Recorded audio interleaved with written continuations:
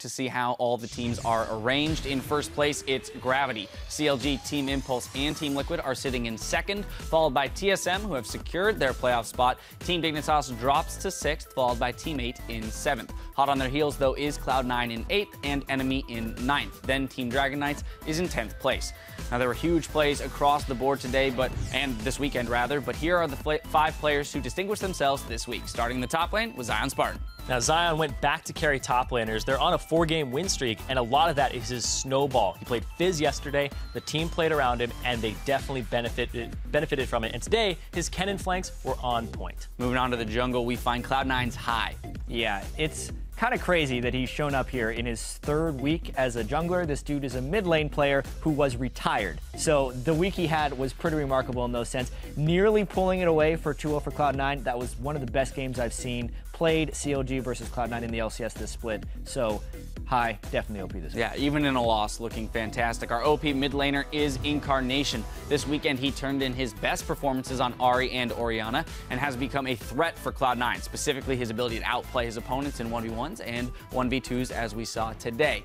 Then we move to the AD carry role, find Doublelift. Yeah, Doublelift with his Tristana yesterday, and today, his Sivir. He spell shielded pretty much every ultimate that came out from Incarnation, making it so that he was still viable in those team fights and keeping his team moving. Yep, scoreline there, fabulous too. And finally on support, Aphromoo. Yeah, and I mean, right next to Doublelift's side in pretty much all these fights was Aphromoo. It was Rush Hour who ended the game against Cloud9 today. It secured Cloud9's 2 big victories. Janna protection for Doublelift, super critical. Aphromoo, he seems to show up here fairly frequently. Yes, that he does. But the big man on campus this week was CLG's Doublelift. He had a solid weekend, including an impressive skirmish round Baron to snap CLG's 9-game losing streak against Team Liquid. This weekend, Doublelift helped CLG climb back into a share of second and shake off their mid-season slump. Yeah, and Doublelift has been putting up pretty impressive scorelines this entire split. This week was no different. Also, he got pushed off of Trist, but still had success on the Sivir, which shows up pretty well.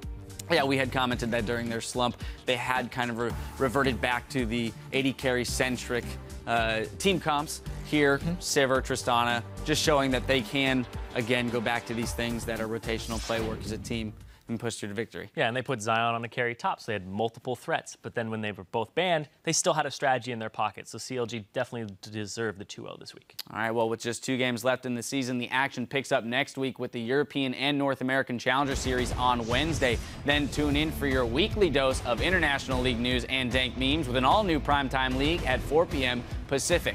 Then the final week of the LCS action continues in Berlin with the Copenhagen Wolves versus Roccat, and a bit later, Fnatic will look to extend their record-setting 16-game win streak when they face SK Gaming. Then we'll pick it back up here in California on Saturday, starting with Team 8 taking on Team Liquid. Then Team Dignitas will go up against Counterlogic Gaming and taking center stage, and our final game of the week will be Gravity trying to fend off the surging Team Impulse. Well, that does it for us here in North America. So for myself and the entire live broadcast crew, thank you for watching, and we'll see you next week. Nice meme, dude. Nice meme. Good job on